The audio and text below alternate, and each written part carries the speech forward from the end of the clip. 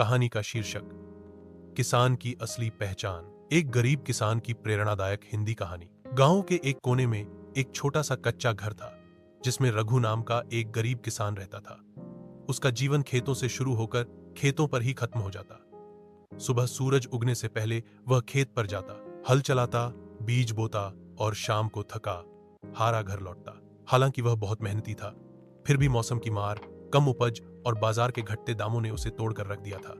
कर्ज भी बढ़ता जा रहा था। एक शाम जब सूरज ढल रहा था, रघु खेत के किनारे बैठा था, मिट्टी से सने हाथ और उदास आंखें लेकर। वह सोच रहा था, क्या मेरी मेहनत का कोई मोल नहीं? क्या मैं यूं ही मिट्टी में मिला रहूंगा?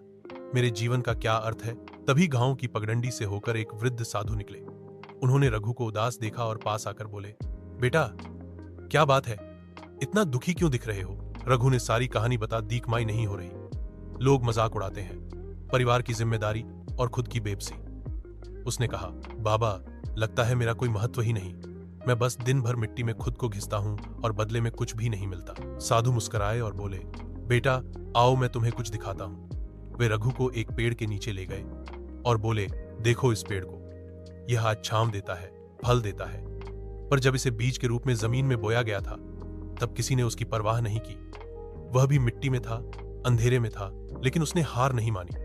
उसने जड़ें फैलाई, धीरे धीरे बड़ा हुआ और आज देखो, ये जीवन का सहारा बन गया है। रघु ध्यान से सुन रहा था। साधु ने आगे कहा, तुम जैसे किसान ही तो इस धरती की रीढ़ हो। तुम्हारे बिना कोई भोजन नहीं बना सकता।